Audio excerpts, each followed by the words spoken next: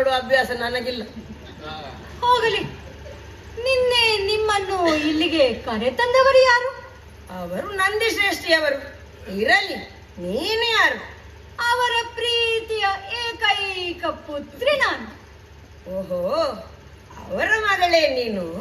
ನಿನ್ನ ಹೆಸರೇನು? ಆಲೋಲಿಕಾ ಎಂದು ನನ್ನ ಹೆಸರು. ಅಪ್ಪಾಜಿಯವರು ಪ್ರೀತಿಯಿಂದ ಆಲು ಆಲು ಎಂದು ಕರೆಯುತ್ತಾರೆ. ಹಾಗಾದರೆ ನೀನು ಆಲು, ನೀನೇನು ಇಲ್ಲಿ? ನಿಮ್ಮನ್ನು ನೋಡಿ ಮಾತನಾಡಿಕೊಂಡು ಹೋಗುವ ಎಂದು ಬಂದೆ. ಇದು ಸಭ್ಯತೆ ಅಲ್ಲ. ನಿಮ್ಮ ತಂದೆಯವರು ನೋಡಿದರೆ ಬೈದಾರು, ಹೊಡೆದಾರು. ಅವರೇ ನನ್ನನ್ನು ಇಲ್ಲಿ ಕಳಿಸಿದ್ದು ಆದೀತಾ ಎಂದು ನೋಡುವುದಕ್ಕೆ. ಯಾವುದನ್ನು? ನಿಮ್ಮನ್ನು. ನೋಡಿ ಆಯ್ತಲ್ಲ, ಹೋಗಬಹುದು ಹೋಗಬಹುದು, ಹೋಗು.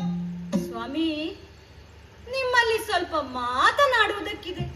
ಅದಕ್ಕಾಗಿ ಬಹಳ ಹೊತ್ತಿನಿಂದ ಕಾಯುತ್ತಾ ನಿಂತಿದ್ದೇನೆ. ಓಹೋ, ನೀವು ಸರ್ವಾಂಗ ಸುಂದರ. ನನಗೆ ಆದೀತು ಎಂದಾಯಿತು.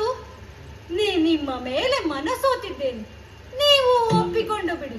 ಅಪ್ಪನಲ್ಲಿ ಹೇಳಿ ವಿಜೃಂಭಣೆಯಿಂದ ಮದುವೆಯನ್ನು ಮಾಡಿಕೊಳ್ಳೋಣ. ಏನು ಹೇಳಿದೆ? ಏನಿದೆ